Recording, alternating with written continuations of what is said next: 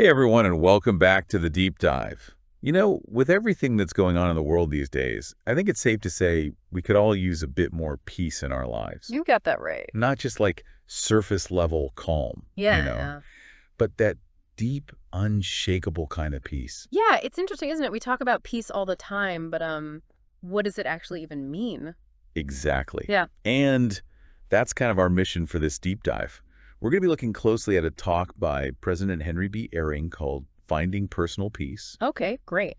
And it's pretty fascinating because he gave this talk back in April of 2023, right before Easter. Think about that timing, right before Christ's crucifixion. Oh, wow. Yeah, that's a pretty intense time. Exactly.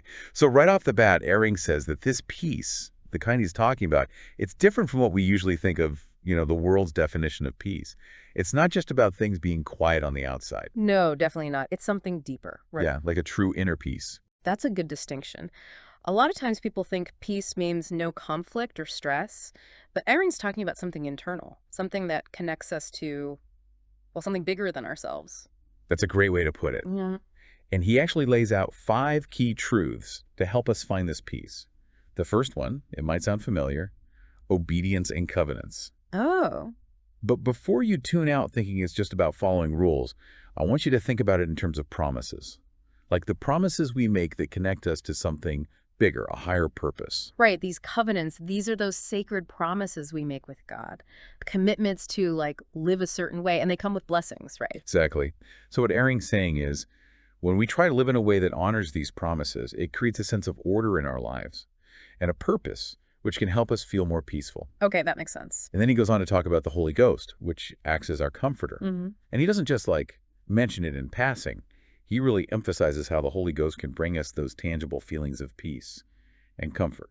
Yeah, I love how he connects that comfort to actually feeling God's love. Like we can feel that love now, not just in the afterlife or something. Isn't that powerful? It's not just about doing what we're told, but it's about developing this love for God that leads to that inner peace. I see. So it's like Eyring actually says that people who don't love God won't keep his commandments.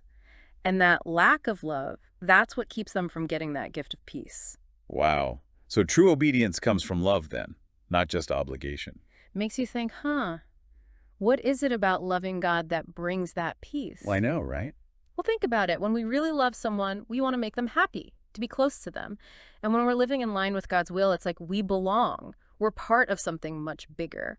And in that, we find peace. That's such a good point. And his 5th truth that kind of brings everything together. It's the atonement, Christ's sacrifice, that allows us to really access this peace. Right. The atonement breaks down those walls between us and God. Because look, we all make mistakes, we mess up. But through Christ, we can be forgiven, healed, and brought closer to God.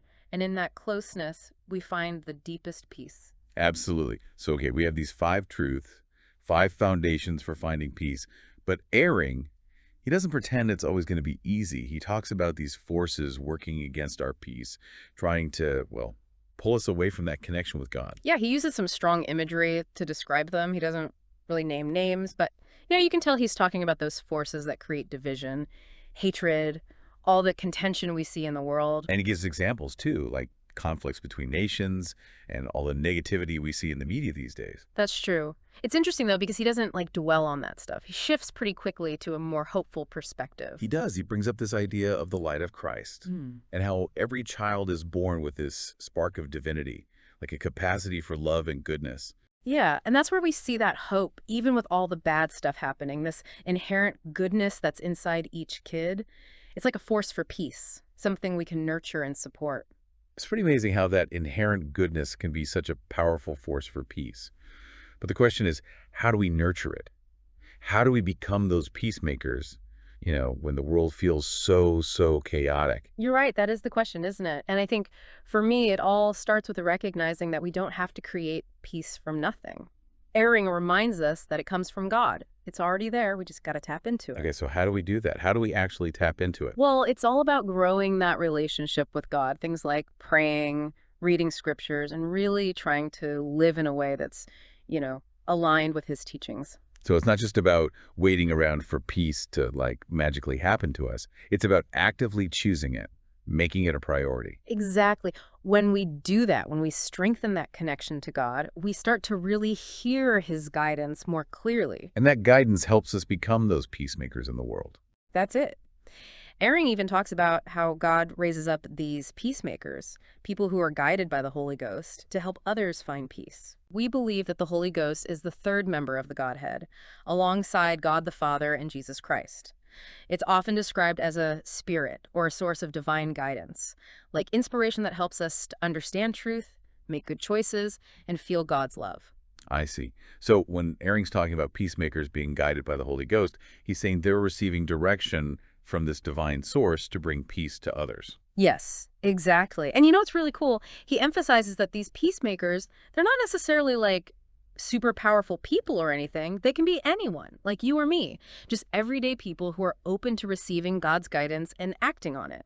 And sometimes those moments where we're helping someone find peace, they can seem almost accidental, right? Like Eyring said with that story he told. Yeah, that's true. It's kind of like we're all these instruments and God's using us to accomplish his work. Sometimes we don't even realize the impact we're having. Right, it all goes back to that ripple effect. Every little act of peace, even if it seems small, can make a difference. Exactly. It comes down to choosing kindness and compassion instead of anger, choosing to build bridges instead of walls, looking for any opportunity to spread peace, no matter how small. So we don't have to wait for some big, huge moment, right? Mm. We can be peacemakers right now in our everyday lives Yeah. with our families, friends, coworkers, even strangers. Absolutely. We have the choice to choose peace in every single interaction. It's just about being aware of how we're acting, what we're saying, and really putting effort into being kind and understanding. But what about those times when, I don't know, we just feel so overwhelmed by all the negative stuff in the world, when it feels like peace is impossible? Well, those are the times we need to go back to what Eyring was saying about finding that peace within ourselves. When we build that inner peace, that connection with God, we become less affected by the bad stuff around us. Like we're building this fortress of peace inside, a place where we can go to feel strong and hopeful. So even when everything feels chaotic, we can still choose to tap into that peace. Exactly. And that's what makes us like beacons of light, shining that peace outward.